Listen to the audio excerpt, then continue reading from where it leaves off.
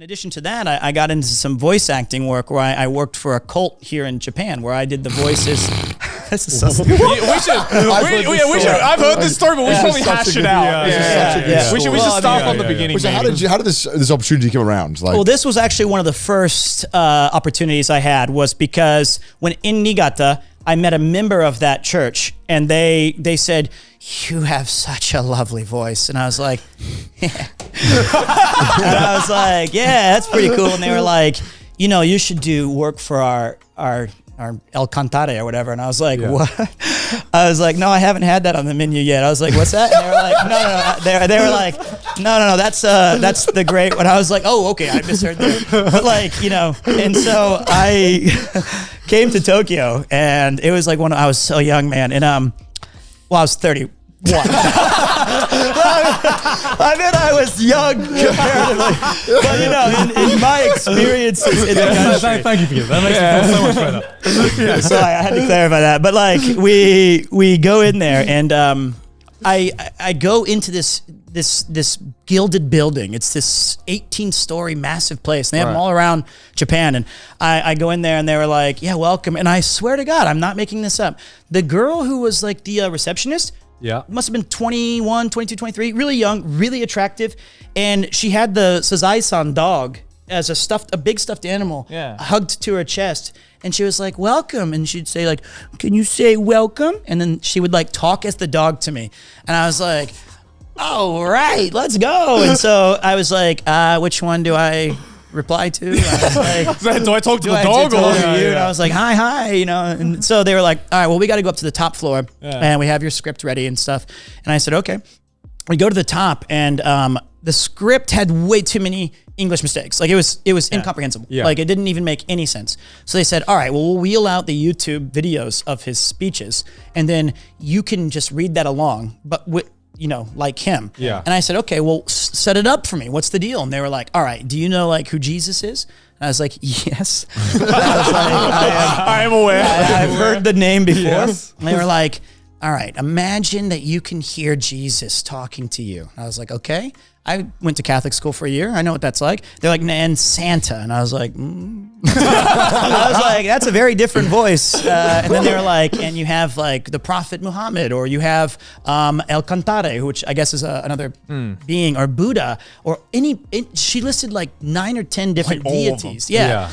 And she said, when you hear their voices, which is what our leader hears, you have to imbue that in English. And so you had to do like 9 different voices? I had to feel 9 different voices. And just every religion out in the world. Yeah. And I'm not trying to be disrespectful, of course, to any religion, if that's obviously. But like, this is what I was told. Yeah. And I was like, okay, this is really hard because I am unfamiliar with some of the ones we're mentioning. And I was like, do I just they're like, you're fine, just, So they wheel out the TV and I'm looking at it and I'm like, okay, let's go. And it was, I sat there and I said, well, you know what, just give it kind of a general stage voice. And I was like, okay, start. And I was like, the heavens have spoken and we can delete and recover all universes. And they're like, it's not a question. I was like, no, I know, I was just reading that. And I was like, all right, can I try that again? And they were like, yeah, but we really couldn't hear, the voices. And I was like, well, was there any voices? I was like, was there any one in particular? Was it like Santa that I was missing? And so I was like, all right. So we do take 2. And they were like, just give it more. And I was like, all right. So I was like, the heavens have spoken and the deletion of universes is nigh. And they were like, stop, it's still not feeling it. And I was like, all right, well, I learned one thing in theater school. It's way easier to tell someone to do less than it is to encourage people to do more. Also good for teaching advice.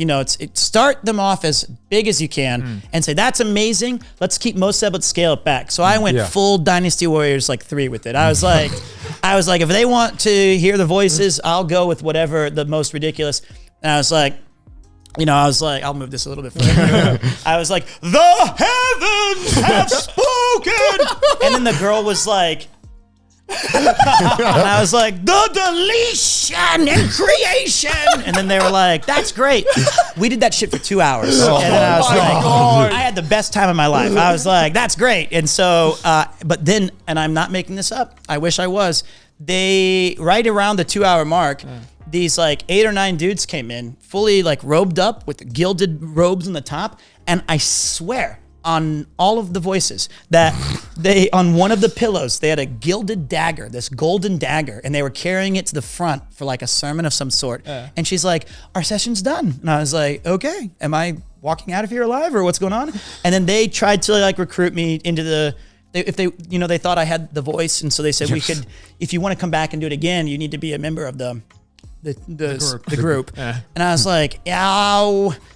I'd love to, but I'm hearing some disagreements, so I'll get back to you on that. And they were like, here's a Matsuya meal ticket, enjoy your day. In addition to the money I was paid. Okay, I was going to ask, is that what they paid you? They did give me, I was like, oh, nice. You know, a beef bowl coupon. I was like, nice, a beef bowl. So, I didn't even know they had coupons. They do, surprisingly. Well, they did when I did that, or maybe it's only for select religious people. cults. So I had that opportunity. And I mean, that's such a long story. I kind of got derailed on my own, but like, so and then you kind of have those opportunities come up every once in a while. And I've always been of the mind to like take them fully. And if you get some extra money out of it, it's cool. And then of course, you know, that me being in all these weird places and having all these weird experiences kind of helped me be ready to do things, I think, where I transitioned out of teaching. So it was a long 9 years, and there was other weird modeling jobs, and there was other weird kind of like, So you got in this whole rabbit hole of just modeling then from this or just like odd jobs. Or just the oddest jobs. Yeah. Some of the bad ones that you can still find on YouTube. It's like I had to do, I was like an English textbook that they use all over Southeast Asia and Japan. And people will see me on like what I do now on streaming, and they'll say like, I just saw you in my class today. And I'm like, hello, Kaho, which notebook is yours? The blue one or the light blue one? And she'll be like, the blue one. I'm like, they're both blue. Whose notebooks are these? They don't have names. Sorry, that's mine. Which one is yours, Kaho? The blue one is. Both are blue. And then it's like, I was like, well, I wish I could have that one back. Or I'm like, welcome to Sunshine Pizza. What's today's offer going to be? But, you know, those are there. But I think if you ask my friends, in addition to Japan, among my friends group, I had so many random jobs in America that from the ages of 18 to, you know, moving was just an endless cycle of like its own Netflix series. So yeah, it was weird. Is it just because you say yes to like everything? Yeah, because I feel like you do. You know? I think that's why he's on here today. He didn't want to. He's like, all right, fine, I'll say yes. There was 3 French guys upstairs. And I was like, are those the normal guests? And you're like, they can't make it. And I'm like, I'll fill in. But I think for me, I got this really cool advice as a young actor, and I think the hardest thing to acquire is unique experiences. And I think a lot of people fall into routines. And I do too. But I am always keeping an ear open, or, you know, some kind of opportunity, no matter what. If I can get a unique experience out of that, then I think it's worth doing. Even absolutely. Yeah, absolutely. That's not just good for acting. That's just that's just good life advice. Sometimes I will make a bad decision. I know it's a bad decision. I'm like, the story will be good though. It will be it will be a fun story to tell. That's the best. Yeah, get something out of it, you know? Yeah, and I mean, I think that a lot of people have told me I've had a very colorful life and a lot of interesting experiences. But I think a lot of those are, but those opportunities do come to a lot of people. I think it's easier to just be like, nah, I don't want to do that. Yeah, for sure. You know, because even if it seems like kind of trivial and like not important at the time, most of the times you think about that, you know, 5-10 years later, and you're like, fuck, I should have done that. I should have done that El Cantare voice, damn it. Well, the problem is you don't know what crazy stuff you're missing. Exactly. Exactly. You might not have been El Cantare. And for 2 hours, I heard it all. You heard the voices of every religion. Just makes you think about all the weird stuff that's happened in Japan that we'll never get to hear about because nobody's documenting or talking about it. Yeah, exactly. It's a really wild ride, and I wouldn't trade it for a thing. Honestly, I think even though those years were very hard, but finally at the ancient age of 39, I've been able to see it through those tough parts. But I'm glad it was in Japan. I really do love it here.